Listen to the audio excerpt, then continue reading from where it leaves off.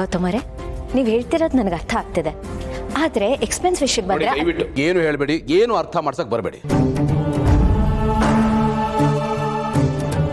ನಾನು ಹೇಳಿದ್ದು ನೀವು ಅರ್ಥ ಮಾಡ್ಕೊಂಡ್ರೆ ಸಾಕು. ಇನ್ಮೇಲೆ ಯಾರಾದರೂ ಏನಾದರೂ ಕೇಳಿದ್ರೆ ಯಾಕೆ ಏನು ಎತ್ತ ಅಂತ ಕೇಳಿದ್ರೆ ಅವ್ರು ಎಷ್ಟು ಕೇಳ್ತಾರೋ ಅಷ್ಟು ದುಡ್ಡನ್ನ ಕೊಡಿ, ಅಷ್ಟು ಮಾಡಿ.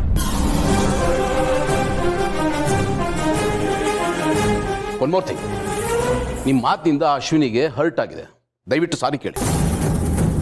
ಗುಂಡು ಅಜ್ಜಿ, ನಾನು ಮಾತಾಡ್ತೀನಿ, ಸುಂದರಿ. ಸಾರಿ ಕೇಳಿ. ಅಷ್ಟೇ ತಾನೇ, ಕೇಳ್ತೀನಿ.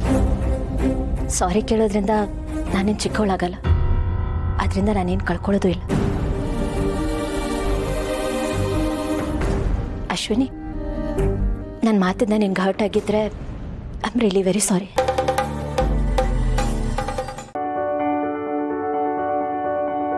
ಅಕ್ಕ, ಇಷ್ಟ ದಿವಸ ಇರೋದು ಒಂದ್ ಲೆಕ್ಕ, ಇನ್ ಮುಂದೆ ಇರೋದು ಇನ್ನೊಂದ್ ಲೆಕ್ಕ. ಯಾಕೆ ಹೇಳು? ಯಾಕೆ? ನೀನ್ ಇಷ್ಟ ದಿವಸ ಹೆಂಗ್ ಬೇಕಾದ್ರೂ ಇರ್ತೀಯ, ಇಷ್ಟ ಬಂದಾಗ ಬದುಕ್ತೀಯ. ನಾನು ನಿನ್ಗೋಸ್ಕರ ಎಷ್ಟು ಖುಷಿಯಾಗಿದ್ದೀನಿ ಗೊತ್ತಾ? ಕೇಳಪ್ಪ, ಕೇಳಿ, ನಾನು ಮಕ್ಕಳಿಗೋಸ್ಕರ ತುಂಬಾ ಖುಷಿಯಾಗಿದ್ದೀನಿ.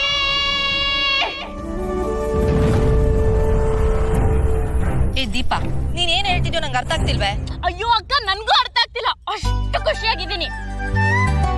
ರಾಮನ್ನ ಒಂದಡದಿಂದ ಇನ್ನೊಂದಡಕ್ಕೆ ಸೇರ್ಸಕ್ಕೆ ಅವಳು ಕೂಡ ಸಹಾಯ ಮಾಡಿತ್ತಂತೆ. ಹಾಗೆ ನಾನು ನಿಮ್ಮನ್ನ ಒಳ್ಳೆ ದಡಕ್ಕೆ ಸೇರ್ಸಕ್ಕೆ ಸಹಾಯ ಮಾಡ್ತೀನಿ. ಏನು? ಅಯ್ಯೋ, ಏನು ಎತ್ತ ಎಲ್ಲ ಗಂಟು ಮೂಟೆ ಕಟ್ಟು ಮಾತ್ರ ನದಿಗೆ ಬಿಸಾಕ್ಬಿಡು. ನಾವು ಈ ತರ ಹರೈತಾ ಇರ್ತೀವಿ. ಅದೃಷ್ಟ ಕಾಯಿಸ್ಬಾರ್ದು. ಬಾ ಬಾ ಬಾ ಬಾ ಬಾ ಬಾ.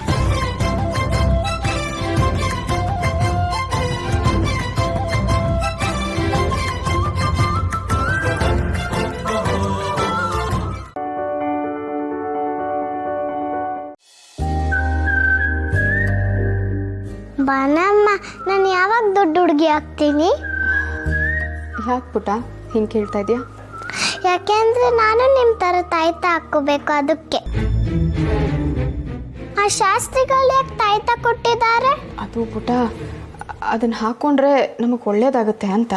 ನನಗೂ ಒಳ್ಳೇದಾಗಬೇಕಂದ್ರೆ ನನಗೂ ತಾಯ್ತ ಕೊಡಿಸಿ ಬಾನಮ್ಮ, ಪ್ಲೀಸ್ ಬಾನಮ್ಮ. ಅಯ್ಯೋ ದೇವ್ರೆ, ಏನು ಮಾಡಲಿ ನಾನು? ಖುಷಿ ಈ ಥರ ಪ್ರಶ್ನೆ ಕೇಳ್ತಿದ್ದಾಳಲ್ಲ. ಖುಷಿ, ನಾನು ಅವತ್ತೇ ಹೇಳಿದ್ನಲ್ಲ, ನೀನು ಸ್ವಲ್ಪ ದೊಡ್ಡವಳಾದ್ಮೇಲೆ ನಾನೇ ನಿನಗೆ ಕೊಡಿಸ್ತೀನಿ ಅಂತ. ಈಗ ಹಠ ಮಾಡಬಾರ್ದು. ಖುಷಿ, ನೀ ನನ್ನ ಜಾಣ ಮರಿ ಅಲ್ವಾ? ಹಾಂ,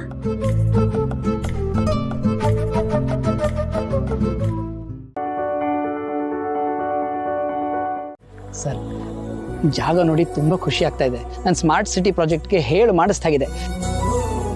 150 ಎಕರೆ ಒಂದೇ ಕಡೆ ಇರೋದ್ರಿಂದ ತುಂಬ ಆ್ಯಪ್ಟ್ ಆಗಿದೆ ಸರ್. ನಿಮ್ಗೆ ಇಷ್ಟ ಆಯ್ತಾ? ನಿಮ್ಮ ಕೆಲಸಕ್ಕೆ ಅನುಕೂಲ ಆದರೆ ಅಷ್ಟೇ ಸಾಕು ಸರ್. ನನಗೆ ಸದ್ಯಕ್ಕೆ ಬೇಕಾಗಿರೋದು 50 ಎಕರೆ ಮಾತ್ರ. ನೀವು ಮುಂದೆ ಟೌನ್ಶಿಪ್ ಜೊತೆ ಅಗ್ರಿಮೆಂಟ್ ಹಾಕೋತೀನಿ ಅನ್ನೋದಾದರೆ ತುಂಬ ಸಂತೋಷ. ಒಟ್ಟು 150 ಎಕರೆಗೂ ಅಗ್ರಿಮೆಂಟ್ ಮಾಡ್ಕೊಂಡ್ಬಿಡೋಣ ಅಲ್ವಾ? ವ್ಯವಹಾರ ಆಮೇಲೆ ಮಾತಾಡೋಣ. ಅದಕ್ಕೆ ಮುಂಚೆ ನಿಮ್ಮ ಪರಿಚಯ ಹೇಳ್ಕೊಂಡ್ರೆ ಒಳ್ಳೇದು. ವ್ಯವಹಾರ ಆಗುತ್ತೋ ಬಿಡುತ್ತೋ, ಆದರೆ ಪರಿಚಯ ಸಂಬಂಧ ಹೀಗೆ ಉಳಿಬೋದಲ್ವಾ? ನೀವು ಹೇಳಿದ ಮಾತು 100% ಸರಿಯಾಗಿದೆ ಸರ್. ಅಂದಹಾಗೆ ನಿಮ್ಮದು ಯಾವ ಊರು? ಈಗ ಎಲ್ಲಿದ್ದೀರಾ? ಚಿಕ್ಕ ವಯಸ್ಸಿನಲ್ಲಿ ತಂದೆ ತಾಯಿನ ಕಳ್ಕೊಂಡ್ಬಿಟ್ಟೆ. ಆಮೇಲೆ ಅನಾಥಾಶ್ರಮದಲ್ಲಿ ಬೆಳೆದೆ.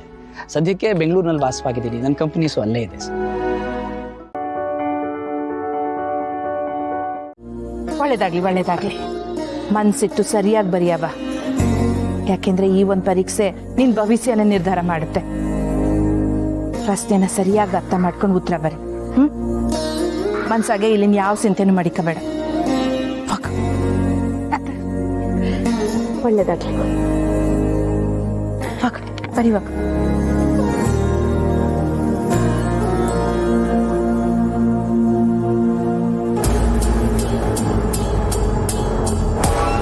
Sir, room number 8. ಹಾಂ, ಸರಿ. ಹುಷಾರತ್ತೆ.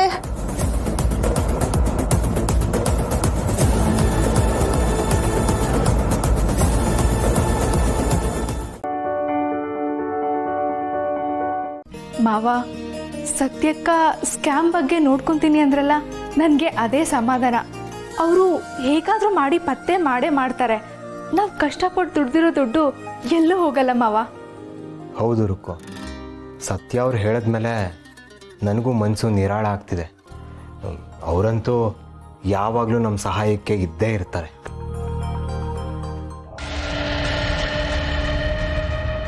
ಏನೋ ಕೆಟ್ಟ ಸ್ಮೆಲ್ ಬರ್ತಿದೆ ಅಲ್ವಾ?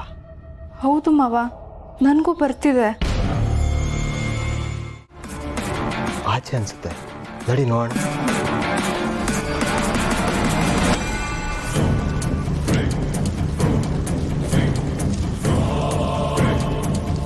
ಮದ್ವೆ ಆಗ್ತೀಯಾ? ಹೆಂಡತಿ ಬದುಕಿರುವಾಗ್ಲೇ ಇನ್ನೊಂದು ಮದ್ವೆ ಆಗಕ್ಕೆ ಹೊರಟಿದ್ಯಾ? ಮಾಡ್ತೀನಿ ನಿಮ್ಗೆ.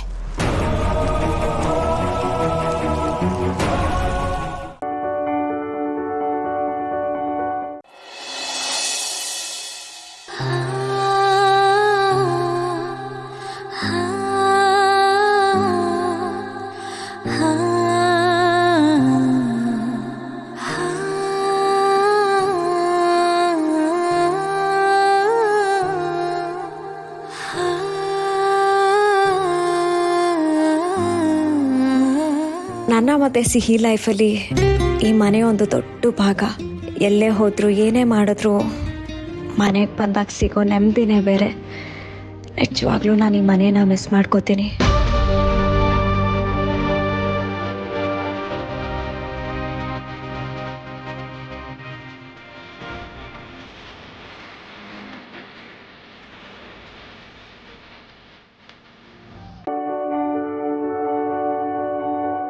ದೂರ ಇರೋದ್ರಿಂದ ಏನು ಪ್ರಯೋಜನ ಇಲ್ಲ ಕಣೆ.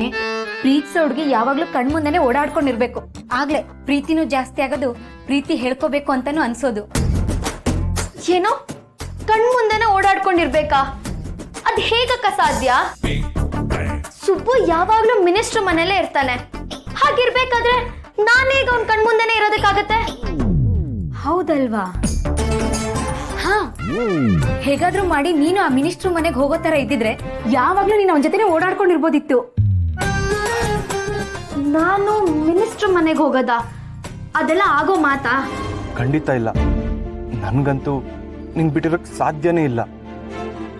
ಪ್ರೀತಿಸೋ ಹುಡುಗಿರ್ಗೋಸ್ಕರ ಪ್ರಾಣ ಬಿಡೋರ್ನ ನೋಡಿದ್ಯಾ, ಆದ್ರೆ ನಾನು ನಿನ್ಗೋಸ್ಕರ ಮಾತ್ರ ಅಲ್ಲ, ನಿನ್ ಫ್ಯಾಮಿಲಿಗೋಸ್ಕರನೂ ನಾನು ಪ್ರಾಣ ಕೊಡೋಕ್ಕೂ ರೆಡಿ ಇರ್ತೀನಿ. ನಾನು ನಿನ್ನನ್ನು ಅಷ್ಟು ಪ್ರೀತಿ ಮಾಡ್ತೀನಿ, ಗೊತ್ತಾ?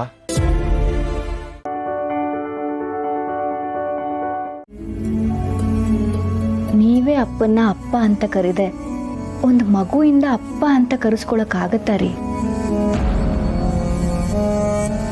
ಬೇರೆಯವ್ರಿಗಾಗೋ ದುಃಖನ ನಾವು ಕಣ್ಣಿಂದ ಅಷ್ಟೇ ನೋಡ್ತೀವಿ. ಅದೇ ನಮಗೆ ದುಃಖ ಆದರೆ ಮನಸ್ಸಲ್ಲೇ ಇಟ್ಕೊಂಡು ಕೊರಗ್ತೀವಿ, ಕಣ್ಣೀರು ಹಾಕ್ತೀವಿ. ಒಂದೇ ಒಂದು ಸರಿ ಬೇರೆಯವ್ರ ದುಃಖನ ಮನಸ್ಸಿಂದ ನೋಡೋದಕ್ಕೆ ಪ್ರಯತ್ನ ಪಡಿ. ಆಗ ನಿಮ್ಮ ಕಣ್ಗೆ ಅವ್ರು ಬೇರೆ ರೀತಿನೇ ಕಾಣಿಸ್ತಾರೆ.